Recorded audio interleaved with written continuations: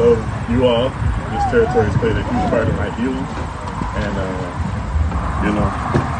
I think if I could share a story that I think Wes and Missy will laugh at me for. We had come out and brought some Afro-Cuban brothers to do a sweat lodge about a couple of months before, the whole situation with kind of started 16 years ago. And so I had just a love for this place, for that healing that we had experienced. And then when the reclamation happened and the police was up and everything was blockaded, there was flyers going around that the KKK was going to come slaughter the Indians or things like that. It was really violent, and I remember my friends and I had seen it, and we were furious. We were like, that can't happen. Even though we're uninvited guests in this land, we're not going to sit here if we know there's a date and this flyer circulating. So we came out on the day that this was supposed to happen, and we were ready to fight. Like we came out ready for war. My homies, tall Jamaican brother, martial artists. And we got out here and, we knew who to ask for or whatnot, so we got let through.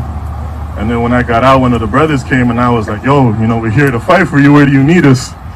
And then the guy looked at me and said, you don't know about our great law of peace, do you? And I was like, no, but we're ready to fuck some people up, man. Like, where do you want us? So he just kind of shook his head but smiled, and I knew, I was like, okay, we're not really on the right track here. So he brought us to a clan mother, and he had us sit down, and he told her, hey, these men here, they're here to fight for us.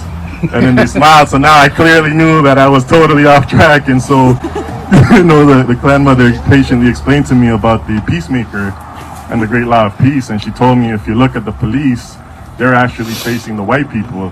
They're not facing us because it is them who are being violent. So if you've come here to fight, you're actually going against our teachings and contributing to what the white people want. And so all my thugged out homies and I ended up serving food in the soup kitchen that was set up. They're like, this is not what we came for. But I'm so thankful that we learned that lesson of allyship early on. And yes, on behalf of every indigenous grandmother and grandfather of this land, I beg the listener to please understand that this land was not made in Canada. Canada was made on Turtle Island. The birth of this nation was violent, and the suffering inflicted on indigenous peoples remains silent. Silent like rush hour traffic and the public transport in the city of Toronto. Man, that's the most depressing group of people that I've ever seen. Each time I get on a train and I'm late for work and I'm yawning, I look at these people scared to death of talking.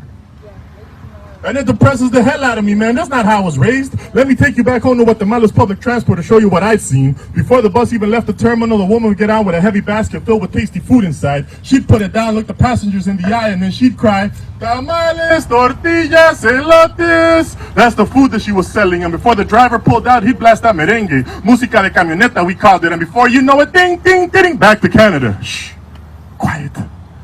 We're in public. It's apparently polite to be silent in public in Canada. We Canadians are a very polite people, aren't we? Well, except for those racist rednecks in Caledonia. I'm talking about the progressive ones. The ones who say they're not racist because they got black friends, but there's something discomforting about how politically correct they are, and it's like they sit around a circle and they're like, no, don't call them Indians, call them natives, no, call them aboriginals, no, let's call them First Nations. Canadians are great at giving nice names, but they won't solve the problem. Force residential schools on indigenous people after they robbed them. They won't supply electricity or running water to some reservations, and they're still trying to steal Caledonia from Six Nations. But look, politically correct names are made in Canada. Look, y'all can call me a lazy, gangbanging, wetback spick for all that I care. Just please stop deporting my people, because this country's in a crisis. 1 in 6 Torontonians is living in poverty. 40 to 60% of black boys at risk of becoming state property because they're getting pushed out of the school system. And hell yes, it's racism. Gun crime levels have risen because the origin of the guns is never disclosed. So here's a news flash to the media wondering where the guns are coming from. Guns are actually made in Canada. So it's polite silence, police violence, and so was apartheid. Y'all know about apartheid. European colonizers terrorizing black South African victims is sickening.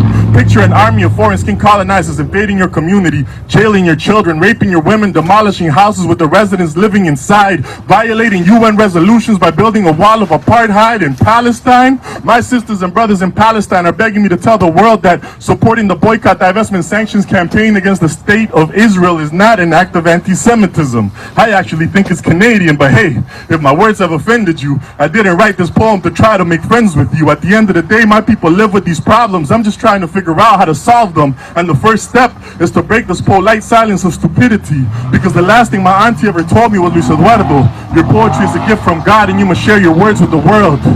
The next day, an aneurysm took hold of her. 5 days later, death took hold of her. But while she was still alive, my poetry took hold of her. And the last thing she did as she looked me in the eye and I started to cry was, "Tell me, Luis Eduardo, tu poesía es un regalo de Dios. Debes de compartir tus palabras con el mundo." So here you go, auntie. Made in Canada. Whoa, this is nerve-wracking. So yeah, that's the snippet of it. Well, that's the poem actually, but I'd love to put something together and kind of chronicle and go the kind of style of the original and Land Back Lane in here and some interviews if anyone's interested, and kind of use it to raise awareness and then put it out again. It's written 16 years ago, but it's still relevant, which is sad on all fronts, on the police violence, on the gun crime in the city of Toronto, most importantly here.